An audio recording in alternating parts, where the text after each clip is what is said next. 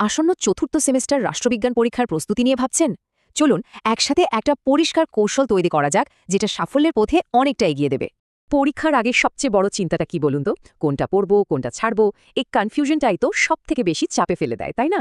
তো চলুন সবার আগে এই চাপটাকে মাথা থেকে নামানো যাক। এই আলোচনায় আমরা একদম ইউনিট ধরে ধরে সবচেয়ে গুরুত্বপূর্ণ প্রশ্নগুলো দেখে নেব, মানে যেগুলোর পরীক্ষায় আসার চান্স সব থেকে বেশি। এটা কিন্তু প্রস্তুতির জন্য একটা দারুণ নির্ভরযোগ্য গাইড হতে চলেছে। তো শুরু করা যাক ইউনিট 1 দিয়ে। এখানে আছে রাষ্ট্রবিজ্ঞানের একেবারে বেসিক মানে ফাউন্ডেশনাল কনসেপ্টগুলো। আর পুরো সাবজেক্টটার ভিত শক্ত করতে হলে এই অংশটা তো ভালো করে বুঝতেই হবে। একটা জিনিস মাথায় রাখতে হবে, এই ইউনিট থেকে কিন্তু একটা বড় প্রশ্ন আসবে, পাক্কা 6 নম্বরের। সুতরাং এখানকার যে মেইন আইডিয়াগুলো আছে সেগুলো একদমই এড়িয়ে গেলে চলবে না। দেখুন, এখানে মেইনলি 3টে টপিক আছে, কিন্তু এর মধ্যে উদারনীতিবাদ আর আন্তর্জাতিক সম্পর্ক বনাম আন্তর্জাতিক রাজনীতি, এই দুটো টপিক কিন্তু ঘুরে ফিরে প্রায় প্রতি বছরই আসে। কাজে এগুলোর উপর একটু স্পেশাল নজর দিতেই হবে। আচ্ছা, এই স্লাইডটা একটু দেখুন। এখানে আদর্শবাদ আর বাস্তবাদের মধ্যে যে মূল ফারাক সেটা দেখানো হয়েছে।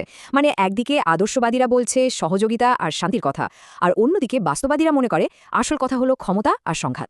এই যে দুটো একেবারে উল্টো ধারণা, এদের তুলনা কিন্তু পরীক্ষায় প্রায় দিয়ে দেয়। ইউনিট 1-এর থিওরিগুলো তো বোঝা গেল। বেশ, এবার চলুন ইউনিট 2-তে যাই।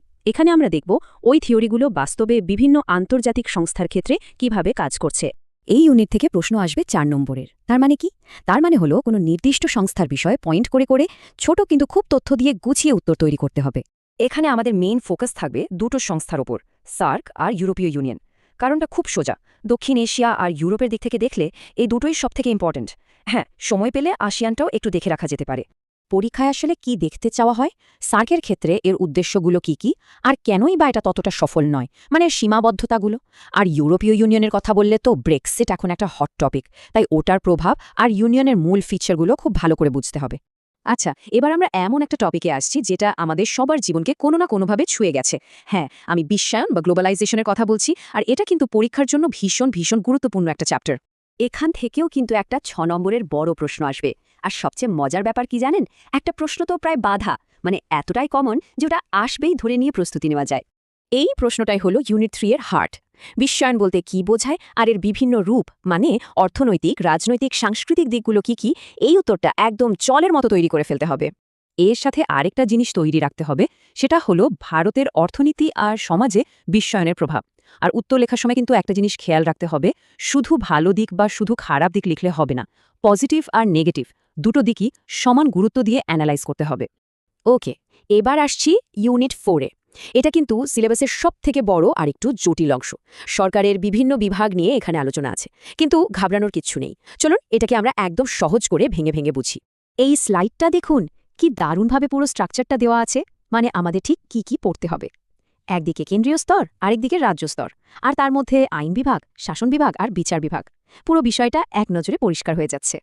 এই ইউনিটটা পড়ার সময় একটু স্মার্টলি এগোতে হবে। সবকিছু একভাবে পড়লে হবে না, প্রায়োরিটি সেট করতে হবে। যেমন সংসদের ক্ষমতা, প্রধানমন্ত্রী আর রাষ্ট্রপতির ক্ষমতা, আর বিচার বিভাগের ক্ষেত্রে অবশ্যই সুপ্রিম কোর্টের গঠন আর কাজ। হাইকোর্টের থেকে কিন্তু সুপ্রিম কোর্ট অনেক বেশি গুরুত্বপূর্ণ, কারণ জাতীয় স্তরে প্রতিষ্ঠানগুলো থেকেই প্রশ্ন বেশি আসে। সরকারের গঠন তো বোঝা গেল, কিন্তু সরকারই তো সব নয়। সাধারণ মানুষ মানে আমরা, নাগরিক সমাজ কিভাবে রাজনীতিকে প্রভাবিত করে, ইউনিট 5-এ আমরা সেটাই দেখব, বিভিন্ন সামাজিক আন্দোলনের মধ্যে দিয়ে। এই ইউনিট থেকে সাধারণত 4 নম্বরের প্রশ্ন আসে, মানে শর্ট নোট বা টিকা টাইপের। এর মানে হলো কোনো একটা আন্দোলন নিয়ে যে মেইন পয়েন্টগুলো আছে সেগুলো গুছিয়ে সংক্ষেপে লিখে আসতে হবে, বেশি বড় করার দরকার নেই। আর এখানে তো একটা প্রশ্ন প্রায় আউট, চিপকো আন্দোলন আর নর্মদা বাঁচাও আন্দোলন, এই দুটোর মধ্যে একটা আসবেই, এটা প্রায় ধরে নেওয়া যায়। কাজে এই দুটো টপিক একদম ঝরঝরে করে তৈরি করে রাখলে 4 নম্বর কিন্তু একেবারে পকেটে। এবং ফাইনালি আমরা চলে এসেছি শেষ ইউনিটে, ইউনিট 6।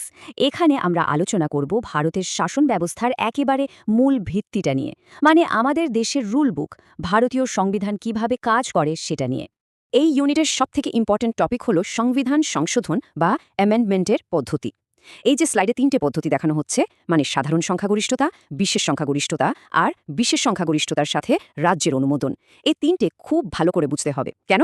কারণ এটাই দেখায় যে আমাদের সংবিধানটা কতটা ফ্লেক্সিবল আবার কতটা দৃঢ়।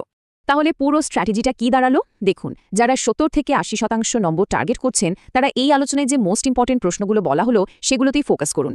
আর যাদের লক্ষ্য 90% বা তারও বেশি, তারা এই প্রশ্নগুলোর সাথে সাথে সিলেবাসের বাকি টপিকগুলো, যেমন গ্রাম পঞ্চায়েত বা পৌরসভার ক্ষমতা, সেগুলো দেখে নেবেন। তো এখন কিন্তু একটা পরিষ্কার রোডম্যাপ সবার সামনে আছে, আর কোনো কনফিউশন থাকা উচিত নয়। এবার শুধু আত্মবিশ্বাস নিয়ে প্রস্তুতিটা শুরু করে দেবার পালা। সবার পরীক্ষার জন্য অনেক অনেক শুভেচ্ছা রইল।